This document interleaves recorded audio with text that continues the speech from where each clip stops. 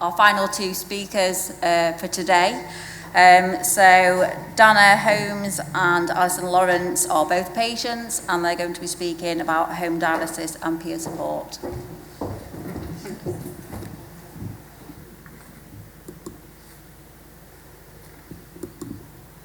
So, hello everybody, I'm Dana and this is Ali. We're both CKD warriors, kidney advocates and volunteer peer supporters for the National Kidney Federation. We'll each be sharing our stories and our journeys from diagnosis through dialysis, kidney transplant and life now, but also peer support. I just want to do a bit of a disclaimer if you don't mind, and this goes for both Ali and I. That due to the amount of drugs that we're on, and that's prescribed drugs by the way, and being women of certain age, and the dreaded, M word, menopause, our memories seem to wander off and take a break every so often, so please bear with us if we forget our words. I will now pass you on to Ali to share her journey.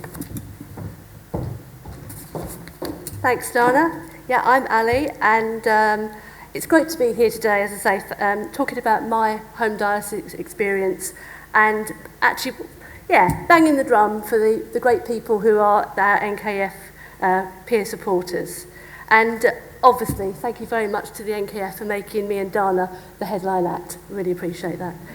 Okay, so let's start from the beginning. Maybe like a lot of us in the room, my kidney story began in the late 90s during a routine blood pressure check. I was told my BP was a bit high, didn't think anything of it, but basically, after seeing some consultants, I was told that I had lost about half of my kidney function without knowing it, and that I had chronic kidney disease. So basically, I was prescribed the blood pressure medication, told, as we all are, to lower the salt in my diet, and then I thought, well, that's a relief. We caught it early, I'm pretty young, so, I didn't really think about it, or the future, really. Me and my husband, Phil, actually went to live in South Africa for a few years. Okay, then fast forward to 2019. By this time, I was going to my sort of quarterly renal clinic at my local hospital. And then at one of the appointments, my consultant said to me, well, I suppose we should start talking about working you up for a transplant. And he gave me some literature, and then he mentioned the D word, and I'm not talking about donuts, unfortunately. It was the dreaded D word, dialysis. To be honest, I was a little bit dumbstruck. Dialysis and a transplant had never even crossed my mind. But anyway, I was really sure that I would get my transplant well before I ever needed dialysis. I'm a big advocate for my own health, so it was important to me then to learn as much as I could about the condition. But then once I started to dig a bit deeper, I realised there was a lot that I had to learn. In January of 2020, after spending what it felt like the whole of 2019 being worked up for my transplant, I got the letter that I'd been waiting for. I was now active on the transplant list, yes. So I duly packed my overnight bag, made sure my phone was charged, hopeful that I would get a call within a few weeks, months at the most. At the same time, I was having to make a big decision. What dialysis did I want to do? Let's be honest, nobody wants to do dialysis. I believe that dialysis is shit, but it's just about finding the dialysis that is least shit for you. Anyway, for me, personally, I knew that I wanted to dialyse at home as my independence was really important to me, and it also meant that I could still carry on running my business at home. I was also really lucky that I was able to do home dialysis as an option for me for dialysis. Now, originally, I had decided to do home hemodialysis, but during the scan to assess me for my fistula in my arm, the surgeon asked me, have you ever thought about peritoneal dialysis? I have to say, my first response was a pretty firm, I'll never do PD. Let me explain. I'd done what I thought was lots of research on it, and I got to the point where I didn't really fancy having a catheter in my belly. So, case closed, right? Well, no. The surgeon then went on to explain to me and Phil that I was actually quite a good candidate for PD. They also explained the pluses and the minuses, so we understood it from all sides. So after the two of us spent that weekend talking lots and doing lots more research, I went back to my next renal appointment and said that I wanted to do PD. I chose APD, automated peritoneal dialysis, which is done overnight on a machine. After this, everything seemed to move at what was like warp speed, and within a few weeks I was sitting on my bed with my PD catheter in my belly. Me and Phil had done our training, and I was about to do my first session on my machine. It was Saturday the 14th of March 2020, just a couple of weeks before the first lockdown. Now, I'm not going to lie to you, I sat on my bed that night and sobbed. It just felt so unfair. Why was this happening to me? And I'm sure a lot of you people can relate to that. It wasn't easy to start with, but over the next few weeks, with help from Phil, the team at my team at the Lister Hospital, particularly Carol, my wonderful renal counsellor, I got more used to it. I named my machine Bob, after my favourite uncle and a character from Blackadder, and I felt proud to be able to own my treatment and keep myself alive and well. About a year later, in 2021, unfortunately Bob wasn't quite working as well as he was before. He just wasn't clearing the toxins properly. I was getting things like restless leg, it was horrible. So then I had to say goodbye to Bob and switch to doing manual peritoneal dialysis, CAPD. And this is me doing CAPD. Unfortunately, later that year, I had got peritonitis a couple of times. First time I was lucky, I was able to keep my catheter, carry on doing PD. But the second time I had to have the catheter taken out. And also, unfortunately, the hospital forgot to take me off the transplant list. So when I was recovering, I had a call for my first kidney transplant, which obviously I had to turn down. So basically, within a few hours, I'd gone from being independent and happily doing my PD at home to having to go to hospital 3 times a week to have someone else do it for me. For me, the HD was hard on my body and left me with a migraine after every session. The fluid and the diet restrictions were tough, and I felt pretty out of control. I stopped being Alison and became a patient. Once my head had stopped spinning, I decided that I wanted to do home HD, and while I waited for my training, I did self-care in the unit. This made a real big difference for me, and it was wonderful to take back a bit of control of my health. We finally got to the bottom of the migraines, which was great, and I was then able to drive myself to my sessions. I felt a bit more like Alison again. By September 2020, I had completed my home HD training, and I was back doing dialysis at home, this time on my next stage machine, which I called Nelly. So while this was all going on, we were still waiting for the call to say that there might be a kidney for me. That's what they say, there might be a kidney for you. In the summer of 2022, me and Phil were matched first time on the living and kidney sharing scheme, but unfortunately the transplants didn't go ahead because one of the other recipients became unwell. We were in a 6-person swap, so it was quite tenuous. That November of 2022, we got our first call and excitedly headed to the hospital. Sadly, on this occasion, the kidney wasn't viable, so we went home. That was not something I'd ever expected to happen. We got the next call about a month later in December, and sadly again, the kidney wasn't viable. But it was strange, we came away from the hospital that night quite upbeat. 2023 arrived, and on the afternoon of Thursday the 4th of Jan, we got another call.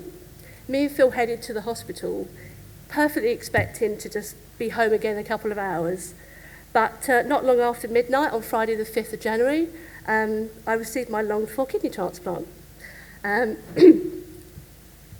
It took a few days for my kidney to wake up, but I always remember when I was told my kidney was working for the first time.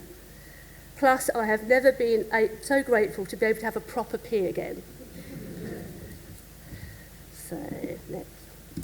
Yay! My recovery over the last couple of years has been up and down. I've got EBV, unfortunately, and also hyperactive parathyroid. But, you know, my life has changed so much, and it's wonderful to get back to doing the things that I love, like travelling. So, here we go. Humble brag.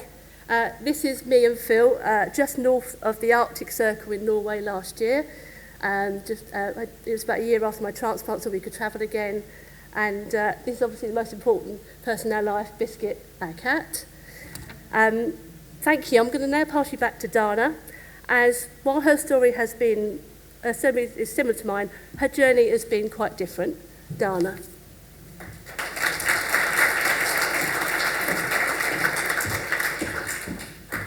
Thank you, Ali. So this is myself and my husband in front of Carter our motorhome. You'll see there's a bit of a theme going through this, that we like to name things. And that's our son, Owen, who's 22, and Georgie, our chocolate Labrador, who, believe it or not, is more clumsy than I am. As when I turned 50 this year, I got an extra special birthday present. I managed to fracture my tibia, rupture my ligaments in my left ankle, so lucky me.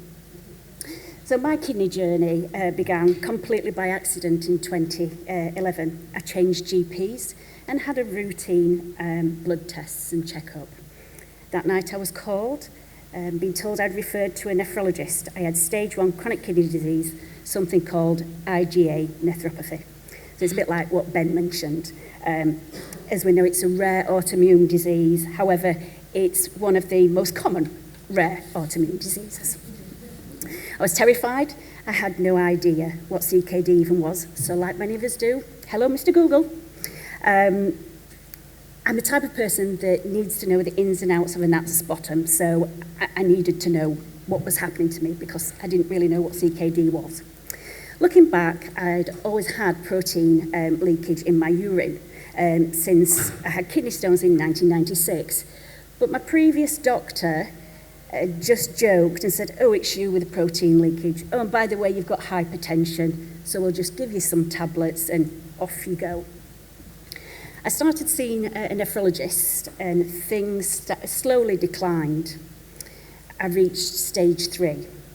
I then started to begin to feel unwell, constantly fatigued, drained. I never woke up feeling like I'd been properly rested. I had leg cramps and restless legs, no energy. So come 2019, after a bad run of colds, flu, and general infections, my kidney function declined rapidly through stage 4 to stage 5. This is when I was told I needed to choose which dialysis treatment. Well, we'd never discussed this before, so it came as a huge shock. I felt like I was in a daze. Suddenly, I was being shown around a dialysis unit. I was handed all these leaflets to take home and told to make a decision by the next appointment. And that was it. That was the support I got, and that's when it actually got real for me and my husband.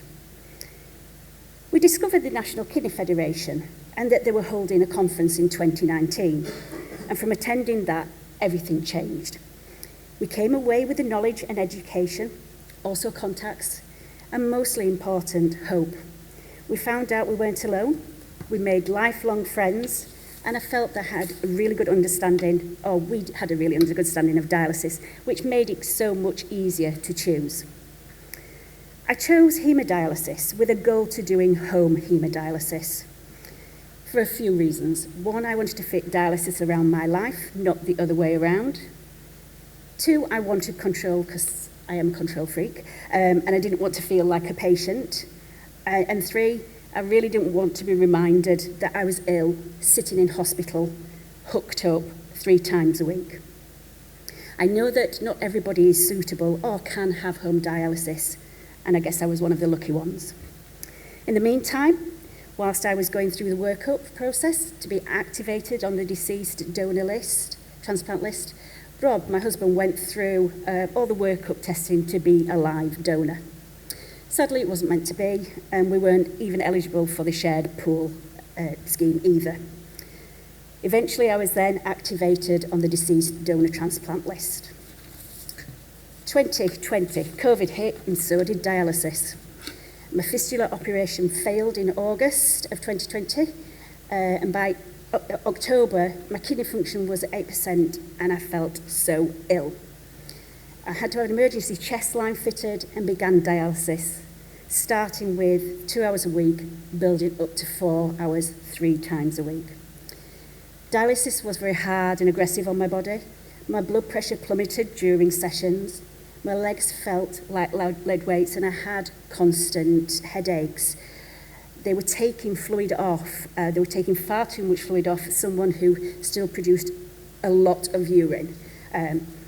Even though I didn't feel any better on the sessions, it didn't stop me paying attention to how the nurses hooked me up. So I asked to start training in self-care. By January 21, I trained in Sheffield, and because I'd already done self-care, it was a quick turnaround. I was at home dialysing within 4 weeks. They also found, when we were doing the training, that we shouldn't take any fluid off me, and that it was just simply the washback that needed to be taken off. Rob and I both trained up on all aspects of the next stage machine, which I named Norbert, from the alarms to emergencies, and I can say that we actually had a few. I dialysed for 4 times a week for 3 hours a time, which was gentler on my body, and it worked well. We were even able to take Norbert to Scotland and have the fluids delivered there, so I had much more freedom than going into hospital. As many of you know, that dialysis isn't plain sailing, either in centre or at home. I was in and out of hospital with fistula problems, jump grafts, infections, chest line after chest line, angioplasties, then a serious chest line infection in November 23. During that hospital stay, a transplant surgeon came to see me and said, we've been looking for you. We've got an offer of 2 kidneys for you, but you've got an infection, so I'll have to suspend you. I'd been active on the transplant list for 4 years, but due to suspensions, it was around about 3. I started losing hope. My husband could see that I was looking grey, feeling ill, and I was giving up hope. And we just never thought that call had come. But saying goes, it happens when you least expect it. In January 2024, yes, the same as Ali, on the 4th of January, a year apart, Christmas decorations had just come down. I was sick of seeing the bag on the bench at the bottom of the stairs, so I asked Rob to move it and take it out of my way. We'd had tea, settled down for the night, and we was watching the old Great Escape from Alcatraz. At 1927, the phone rang, no caller ID. We both looked at each other. I think I screamed down the phone, actually, at the coordinator. And then we suddenly rung the mum, and I threw the phone to Rob and said, I need to wash my hair if I'm going into hospital. I don't know how long I'm going to be in. I arrived at Northern General in Sheffield by 9 p.m, had the tests, waiting for the kidney to make sure that it was viable. By 9 a.m. on January the 5th, exactly 12 hours, I was being wheeled down the corridor like a movie star, waving at nurses as I went to surgery. By 1:15, I was in recovery. By 2:15, I was FaceTiming everybody, apparently. The kidney was a little sleepy at first. Potassium was high, so I did need a quick 2 hours dialysis session, which I can confirm is my last that I ever had, and it seemed to wake up. I was actually only in the hospital from the Thursday night to the Wednesday, so they were kicking me out of the door because my kidney was doing so well. It was and still is a surreal and emotional roller coaster of an experience, also not to mention physically and mentally challenging, something that I didn't get support until after my transplant from a renal therapist. But my kidney function is thriving and it's pretty stable, around 90, with just a few blips and other health conditions. I do have hypothyroidism, like Ali, high hemoglobin. I'm having my fistula tied off, so I've got a few more operations, to look forward to in January. So seeing as though that, I name everything, I know the most important question is what have I named my kidney? Any guesses? Clint Eastwood. Okay, so I'll just pass you back to Ali now.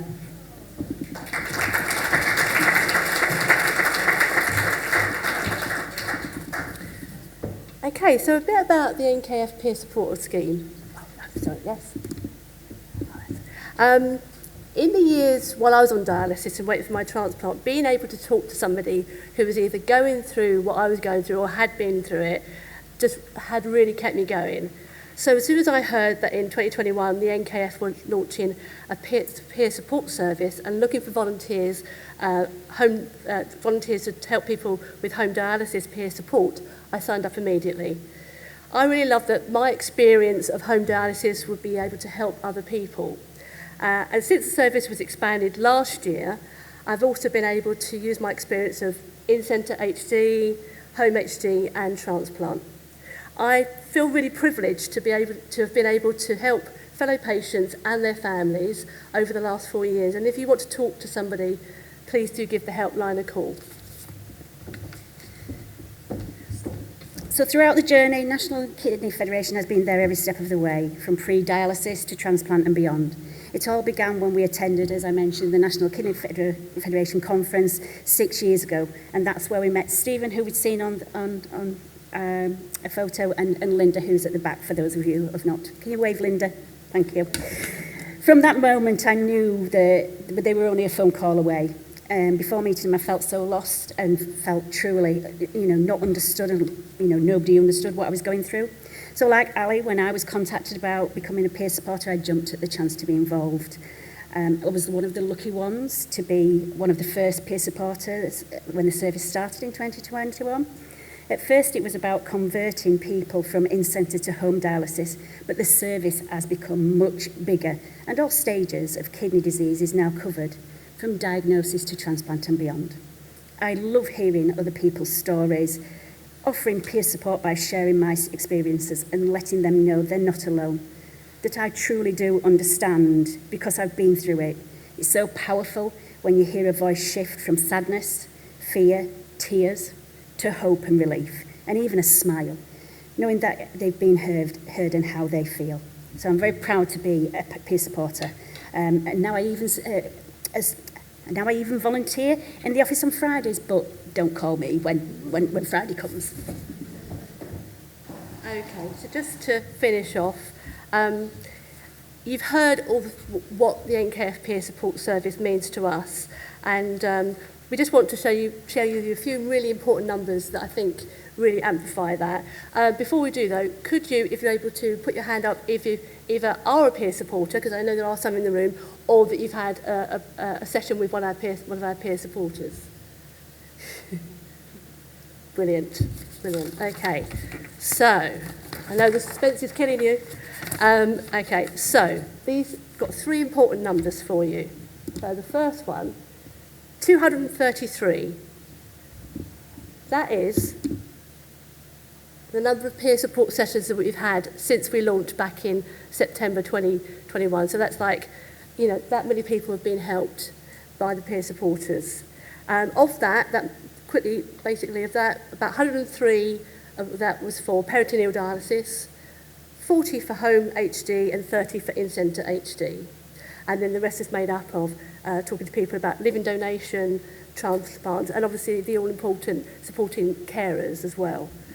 Okay, the next number, 84. That is the number of peer support sessions that we have had this year in 2025. And I think we can see, because we expanded the service at the back end of 2024, we've been able to help a lot more people. Should have done that, shouldn't I? And finally, all-important number, as of September 2025,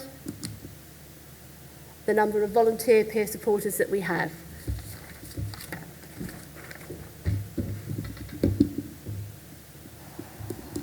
So you'll be glad to know this is the final slide, so that means that our time's nearly up. These are the faces of our incredible peer support team who do a fantastic job, currently 29 strong. We're a strong community, more like a family really, united by our passion and dedication to helping supporting others in any way that we can. Now, can I ask all peer supporters, if you don't mind, who are in the room to raise their hands, please, so we can see who you are? Okay. You all do an amazing job. The service wouldn't exist without you, and we really want to thank you for everything that you do and making the service a success. So can I just ask everybody to give a huge round of applause to all our peer supporters.